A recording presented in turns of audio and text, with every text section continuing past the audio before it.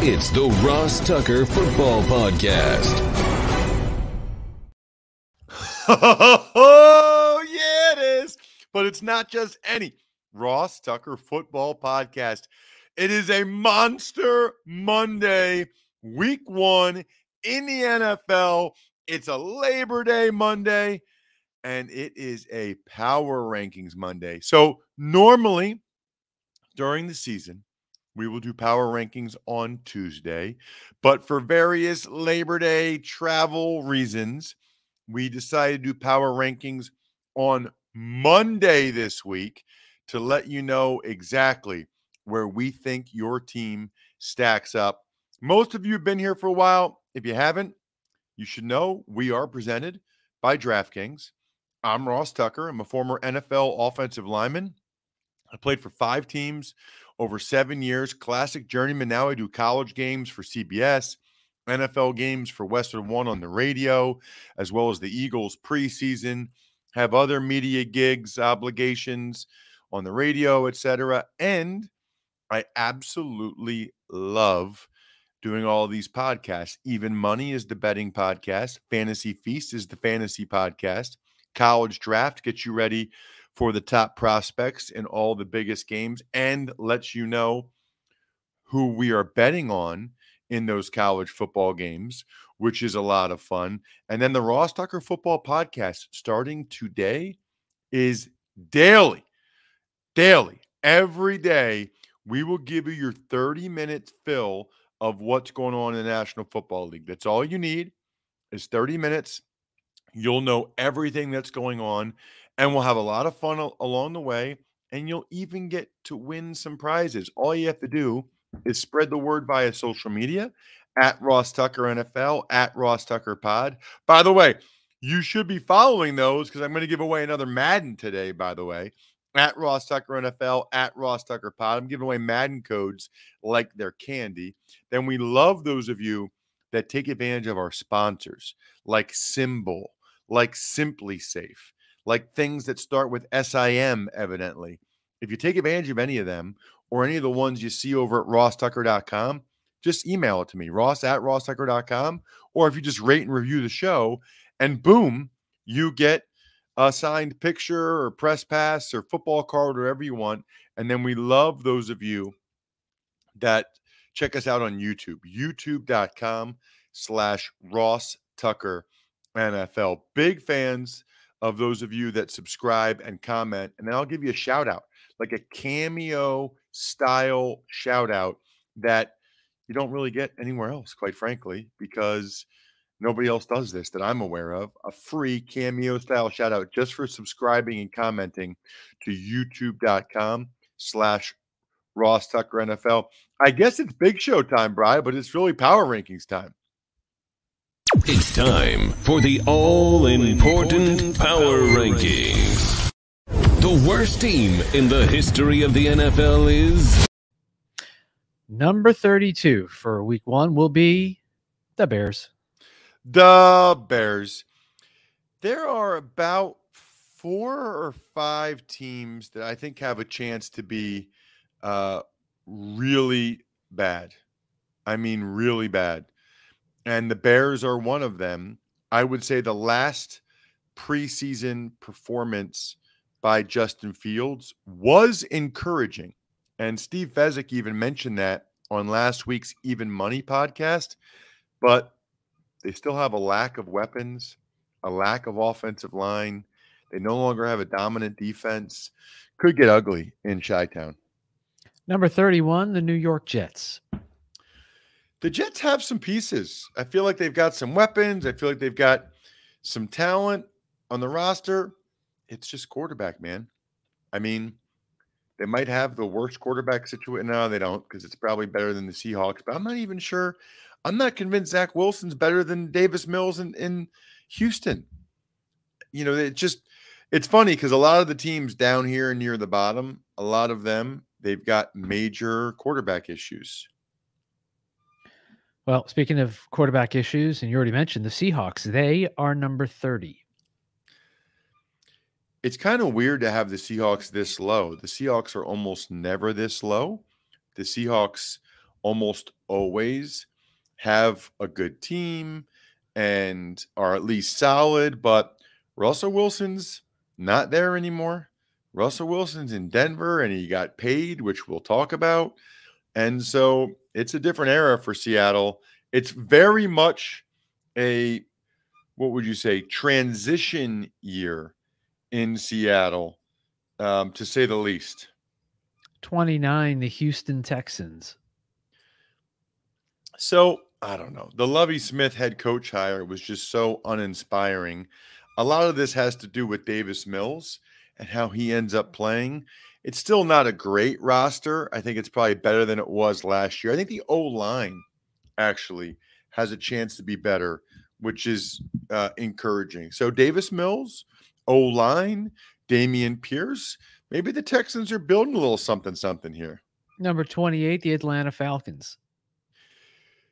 So the Falcons are another one. It's funny because Steve Fezzik and I talked about this last week on the Even Money podcast as well. They're another one, Bri, that I thought performed better than anticipated in the preseason. But again, it's just the preseason, and they're trying to get Mariota and the players, I think, some confidence.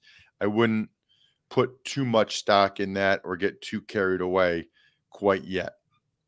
27, the Jaguars. So I've got some faith in Doug Peterson. They definitely have some serious additions with guys like Brandon Sheriff and Christian Kirk and Foye Oluokun. And I think they'll be better than last year. But how much is the question, right? Would they win 3 games last year or 2? I think they'll win, 5 or 6 this year, but that still makes them one of the worst teams in the league. Number 26, the New York Giants. So the G-men, I don't really know what to make of them. I really don't. They still have some O-line issues. I'm kind of rooting for Daniel Jones. I just feel like he's been you-know-what on so often. Kind of rooting for Daniel Jones. But I don't know. I just don't know what to expect from these guys. I do have some faith in Brian Daboll, their new head coach. So I put them in the Jaguars category, where I think they're going to be better. Maybe 6, 7, 8 wins. But that still makes them one of the worst teams in the league, probably. Number 25, the Cleveland Browns. Maybe should even be lower than this right now. Remember how I do my power rankings. If you're new to the show, okay, I do my power rankings based on where I think these teams are at right now. Okay, like if they played in my backyard or Wichita, Kansas, the point is like a neutral location, no home field advantage, and they played a series of games, 5 games, 7 games, Wouldn't the whatever. Chiefs have an advantage in Wichita, by the way? They might, Bri. Yeah. Do you want to come up with a different name of a town, Bri? Omaha. Omaha? Well, the Broncos have a little bit of an advantage there. There's a lot of Broncos fans in Omaha. Fairbanks, Alaska. It's a big Broncos town. No, they actually really like Packers because of Mark Schler. Your point is well taken, okay? Where's Timbuktu? That's in some country, some other country. We'll go with Timbuktu. Yeah, Timbuktu. These teams played in Timbuktu, which means I think the Browns should actually probably be lower now that I think about it, because I'm not sure I think that they're that good with Jacoby Brissett. They might actually end up dropping a little bit. Next up at 24, the Washington Commanders. So good news that Brian Robinson was placed on NFI, and Ian Rappaport. This is something we actually talked about on Thursday on the Fantasy Feast podcast with Joe Dolan. There's actually a chance that Brian Robinson might be able to play football by week 5. I don't know a whole lot about gunshot wounds or anything like that, or how long you can't function, but it sounds like there's actually a chance that Robinson, could be back a heck of a lot sooner than anybody thought. And the good thing is he's out of the hospital. He's safe. And that is just so, so scary, like real life scary. Number 23, the Carolina Panthers. So really one of the more interesting teams in the league, right? Baker Mayfield at quarterback, maybe his last chance as a starter. Matt Rule certainly feels like he's on the hot seat and he needs to perform in Carolina. So just a fascinating team to watch that I think will be improved. Again, though, it's always just like how much better, how much improved are they? 22, the Lions. Bri, I got to come up with a new thing to say. I think the Lions will be better. I don't know how much better. I think they won 3 games last year. I envision them to win 6 or 7 games this year. The roster is better. The O-line is good. I think they're good up front, both sides of the ball. I like what I saw on Hard Knocks. I like former teammate Dan Campbell. Does that mean that the Lions are going to the playoffs? Probably not. But I do think year 2 of the Campbell era will be a step in the right direction. Number 21, the New England Patriots. Wow. It's rare, Bri, for them to be this low. It's rare to see the Patriots this low. I can't remember very many times since we've been doing this a long time now that the Patriots have been in the 20s. But they don't really have that good of a roster. They've got a lot of question marks at offensive play caller. They didn't look good in the preseason. They have some O-line issues. There's just a lot of negativity, I feel like, coming out of New England. They're going to win 8 games. The guy's name is Bill Belichick. They're going to find a way to win like 8 games probably. I just don't know how many they're going to win more than that or how good they really are. I think that they're honestly, look, you can see where I think they're. I think they're a little bit better than like the Lions and Panthers of the world, but not as good as the true playoff contenders of the world. Number 20, the Pittsburgh Steelers. So the biggest thing holding the Steelers back right now in my mind probably isn't even the quarterback. Look, they don't have a top 10 or 15 or maybe even top 20 quarterback, but they still have a bottom 5 O-line as far as I can tell. And that's their issue as much as anything else. 19, the Minnesota Vikings. The Minnesota Vikings. So I actually like the Vikings quite a bit this year. I think they're a surprise playoff team. I think I picked that maybe as my surprise playoff team for DraftKings. So right now, till I see what they're like under Kevin O'Connell, I got them around 19. But with their skill guys, with Kevin O'Connell working with Kirk Cousins again, the defense really can't be worse than it was last year. I think the Vikings have a chance to get a playoff berth in the NFC. All right, 18, the Arizona Cardinals. So I'm not high on the Cardinals. I think they have offensive line issues. I think they have no DeAndre Hopkins issue. I think they have Kyler Murray issue. You know, they usually start the season hot and then fade. But now this year, they don't even have DeAndre Hopkins to start the season hot. And I've got major worries along their offensive line. So they're a middling 8 or 9 win team, probably. Next up at 17, it's the Titans. So they're a lot lower than they've been the last couple of years. I thought they were fortunate to win a lot of the close games they did a year ago. Thought that was good coaching from Vrabel. I think that played itself out a little bit with how things unfolded in the playoff game against the Bengals. Now they don't have A.J. Brown. They still have issues at right tackle. You know, they feel like a team that is due to take a step back. Number 16, the Miami Dolphins. Miami Dolphins, Miami Dolphins, Miami Dolphins, number 16. I was pretty impressed with what I saw from them at the joint practices in the preseason game against the Eagles. You know, their offensive line is improved. They have Tyreek Hill. You know, I think Tua has a chance to take a step this year. The Dolphins have a really good chance to be a 9-win team, maybe even 10-win team. It's just the AFC is so loaded. It makes it tough. A lot of this will be Mike McDaniel, and I just have faith.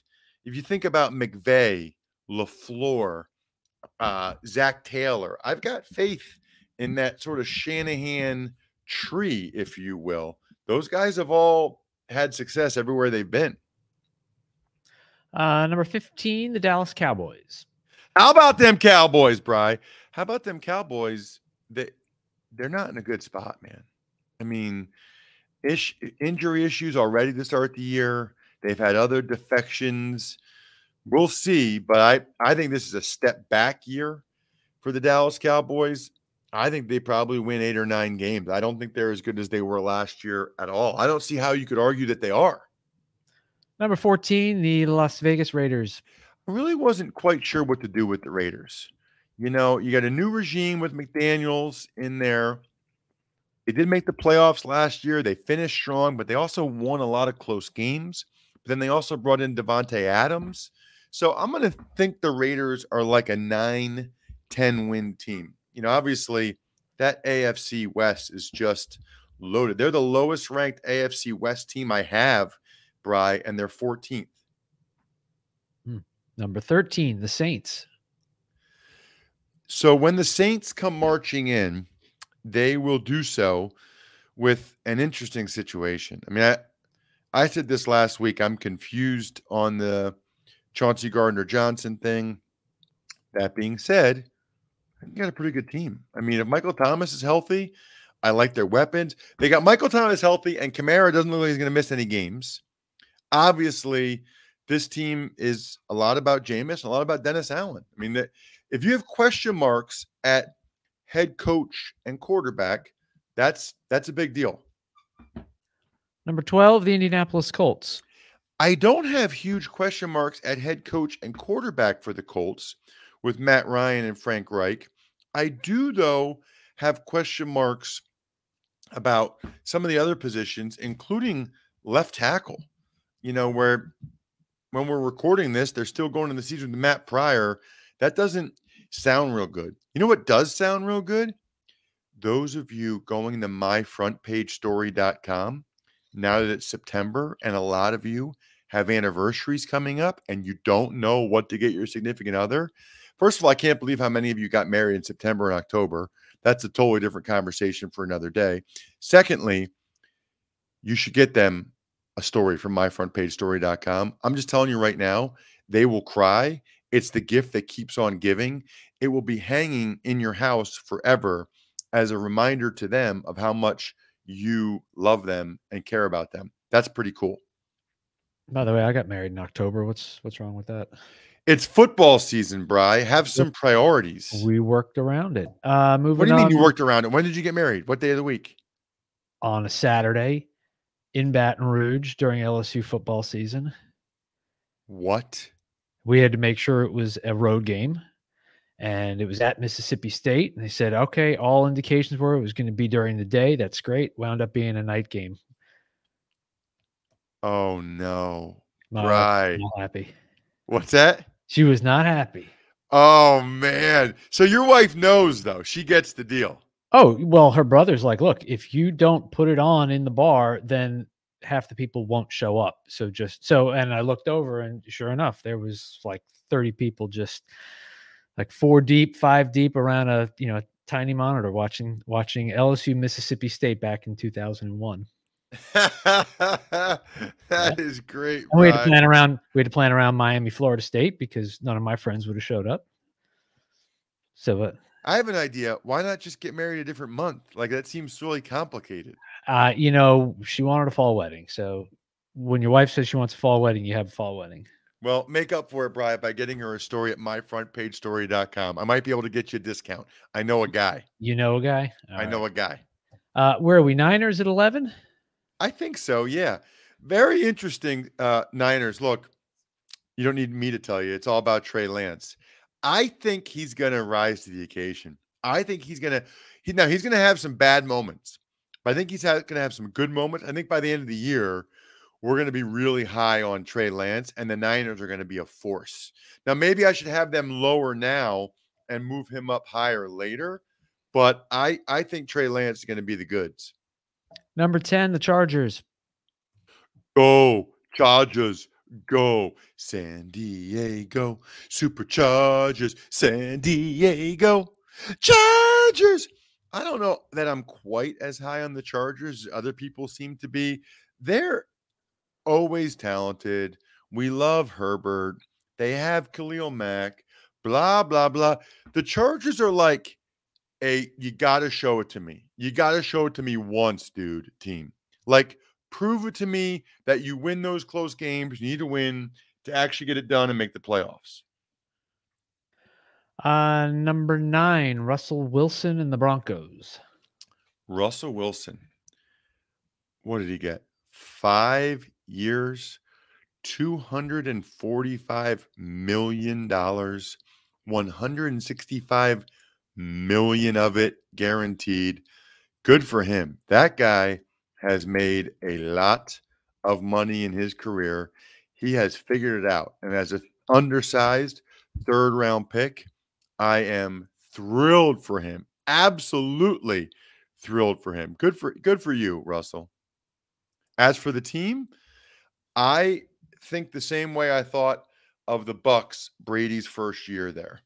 I think having the Russell Wilson factor, having the franchise quarterback, I think it elevates everybody else in the franchise, and I think it's significant. Number 8, Cincinnati Bengals. You know, the Bengals are an interesting one because they really played well in the postseason.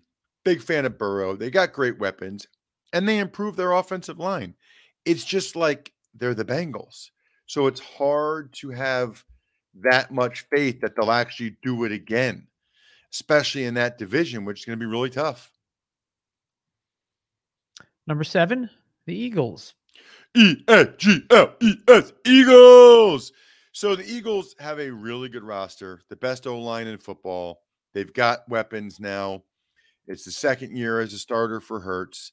It's really up to Hurts to elevate this team now to the next level, to actually being a Super Bowl contender. I think they have the pieces, getting Chauncey Gardner-Johnson. I think they have the pieces around him. Now it's whether or not he can close the deal. Number 6, the Baltimore Ravens. So I'm a believer in the Ravens. Now, they do have guys that are banged up, and I know Dr. Chow said as a result their 6 score is not great. Because a lot of these guys, maybe they're back from injury, but they're not all the way back. So that is a little bit concerning to me, but at least they're back. Maybe they're not all 100%. Maybe they're not all great, but they're back. Number 5, Green Bay Packers. So they still have Aaron Rodgers. They still have some good players. I'll be curious to see what they're like without Devontae Adams, but they're still going to be a good team. They're still going to win double-digit games. It's hard for me to imagine them actually going to the Super Bowl without Devontae. Number 4, Tampa Bay Bucks. So the O-line, we know, has major concerns. There's no way around it, but they still have Tom Brady at quarterback. They still have some studs at the other positions, especially wide receiver. And did I mention they still have Tom Brady at quarterback? I believe you did. Number 3, the world champion, Super Bowl champion, Los Angeles Rams. Wow, Bri, you said that kind of like you're a fan, like that's your team or something. Really not. I'm not. That you said that like with zest, like you said it with your chest, like you mean it.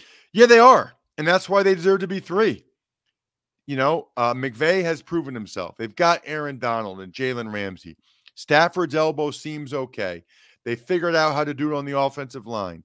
They run the ball well. They've got Cooper Kupp. I mean, they've got a bunch of really high-end players. And now they've added Allen Robinson to the mix. So, yeah, I think the Rams right now are the best team in the NFC. Number 2, the Kansas City Chiefs. Kind of interesting, isn't it, that they can lose Tyreek Hill, maybe the most dynamic skill position player in the NFL, and I still have him too. This is the faith I have in Andy Reid and Patrick Mahomes, that they'll still be able to get points on the board even after they've lost, Tyreek Hill. I still think the Chiefs are very good. A lot of people like picking the Chiefs to be like last in their division, or, other people to win that division. That's the Chiefs division until proven otherwise. Russ's number 1 team, which is totally meaningless, but it's fun and will get many of you incredibly annoyed, is... It is Josh Allen and the Buffalo Bills. Bills make you want to shout, roll your hands up and shout, and shout, and shout.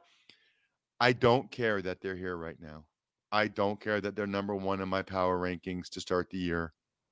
It would be very nice. Like, I'll be honest with you, because they're my favorite team I played for, and because I work for the Eagles, my dream Super Bowl is Eagles-Bills. That would be amazing. But the Eagles fans I know, they won a Super Bowl 5 years ago. The Bills have never won one. They have a loaded roster. They have a great player. They have a golden opportunity at a special season. But now they have to go out there and they have to seize it. They have to go out there and they have to take what they believe is yours. Just like you need to get yours when it comes to the free Madden code that I'm giving away today. At Ross Tucker NFL, at Ross Tucker Pod, both Twitter and Instagram. Go ahead and make sure that you are able to listen to try to get those Maddens. Shout outs to Pizza Boy Brewing, Sporticulture, HumanHeadNYC.com, SteakhouseSports.com, Go-Bengals.com, Evergreen Economics, and MyFrontPageStory.com. Tomorrow, we'll have a great surprise guest named Bill Barnwell with his surprise teams this year. So I guess it's not really a surprise guest. And we'll have the Even Money podcast and the College Draft podcast. I think we're done here. Thanks for listening to the Ross Tucker Football Podcast. Make sure to also subscribe to the Fantasy Feast, Even Money, Business of Sports, and College Draft. All available at Apple Podcasts, rosstucker.com, or wherever podcasts can be found.